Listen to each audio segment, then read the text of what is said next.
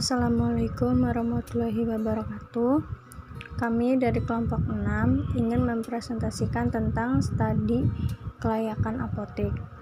Adapun kelompok kami yang beranggotakan 6 orang, yaitu ada Anissa Siti Fatimah, Fitri Dwastuti, Putri Aulia, Selvia Zizah, Naufal Rizal Romli, dan Warsono.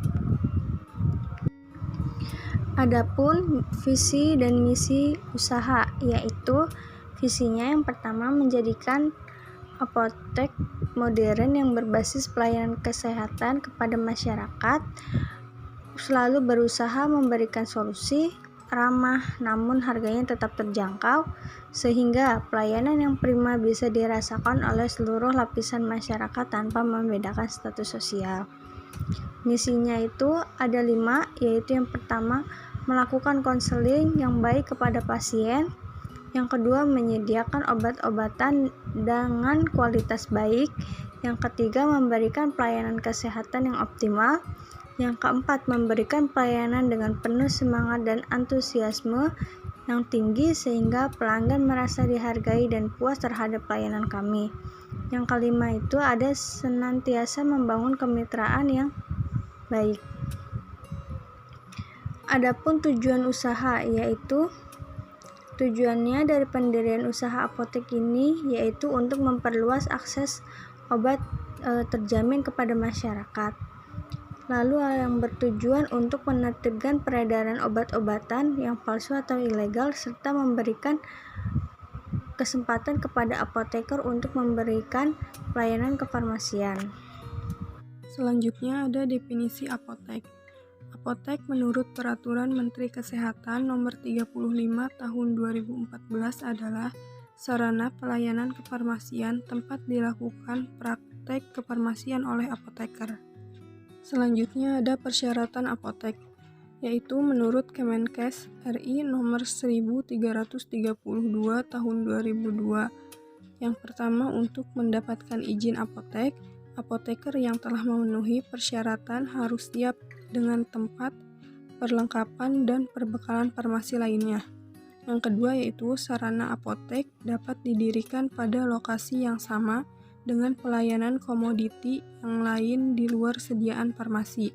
Dan yang ketiga yaitu ada apotek dapat melakukan kegiatan pelayanan komoditi yang lain di luar sediaan farmasi. Tugas dan fungsi apotek menurut Peraturan Pemerintah Nomor 51 Tahun 2009. Yang pertama ada sebagai tempat pengabdian profesi seorang apoteker yang telah mengucap sumpah jabatan. Kedua, sebagai sarana farmasi tempat dilakukannya pekerjaan kefarmasian. Ketiga, sarana yang digunakan untuk memproduksi dan distribusi sediaan farmasi. Dan yang keempat, sebagai sarana pelayanan informasi obat dan perbekalan farmasi lainnya. Yang terakhir ada sarana pembuatan dan pengendalian mutu sediaan farmasi.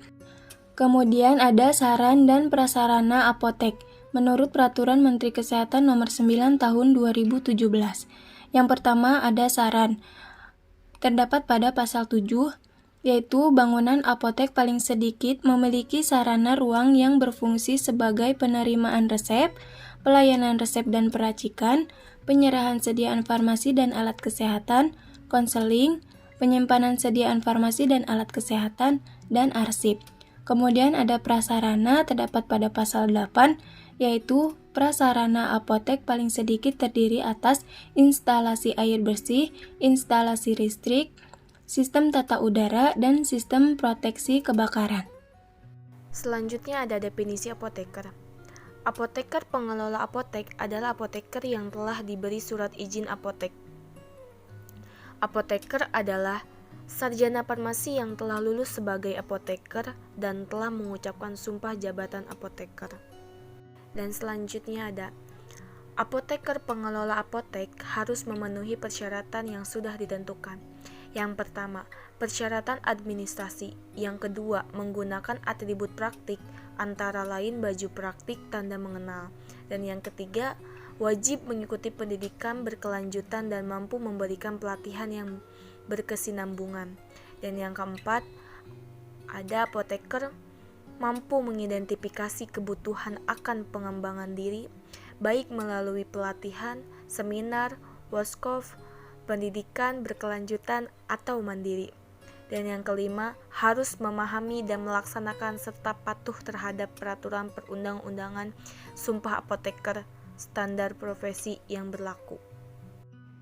Apoteker pengelola apotek atau apa? Apoteker pengelola apotek adalah apoteker yang diberi surat izin apotek dan dalam profesinya dapat dibantu oleh asisten apoteker dan apoteker pendamping atau tenaga administrasi dalam menyelenggarakan apotek menurut Permenkes 2017. Standar pelayanan kefarmasian. Standar pelayanan kefarmasian adalah tolak ukur yang dipergunakan sebagai pedoman bagi tenaga kefarmasian dalam menyelenggarakan pelayanan kefarmasian. Pelayanan kefarmasian di apotek meliputi dua kegiatan, yaitu yang pertama, kegiatan yang bersifat manajerial berupa pengelolaan sediaan farmasi, alat kesehatan, dan bahan medis habis pakai dan pelayanan farmasi klinik. Kemudian yang kedua, kegiatan tersebut harus didukung oleh sumber daya manusia, sarana dan prasarana dalam kurung Permenkes 2016. Selanjutnya ada keterangan empirik. Hasil penelitian dapat memperoleh gambaran nyata mengenai pelaksanaan standar pelayanan kefarmasian di apotek sesuai Permenkes nomor 73 tahun 2016. Telah dilakukan di apotek-apotek Kecamatan Pulau Laut Utara, Kabupaten Kota Baru, Kalimantan Selatan. Selanjutnya yaitu ada anggaran biaya. Yang pertama yaitu modal tetap. Modal tetap ini dibagi menjadi 3. Yang pertama ada biaya administrasi sebesar 5 juta, biaya perlengkapan dan investasi apotek sebesar 50 juta, biaya sewa tempat sebesar 30 juta per 6 bulan. Yang kedua yaitu ada modal operasional. Modal operasional ini sebesar 40 juta dan terakhir yaitu ada cadangan modal untuk apotek sebesar 30 juta. Untuk total keseluruhan modal yaitu sebesar 155 juta. Yang terakhir ada kesimpulan. Total estimasi dana yang dibutuhkan dalam modal awal membuat apotek yaitu sebesar 155 juta. Apabila ada kekurangan dalam pembuatan apotek, maka disusun atau ditulis pada buku laporan, agar mudah menghitung kekurangan pada dana modal awal pembuatan apotek dan penghasilan setiap bulan dicatat dalam buku laporan agar keuangan dapat terorganisir dengan baik. Sekian presentasi dari kelompok kami. Terima kasih, kurang lebihnya mohon maaf. Wassalamualaikum warahmatullahi wabarakatuh.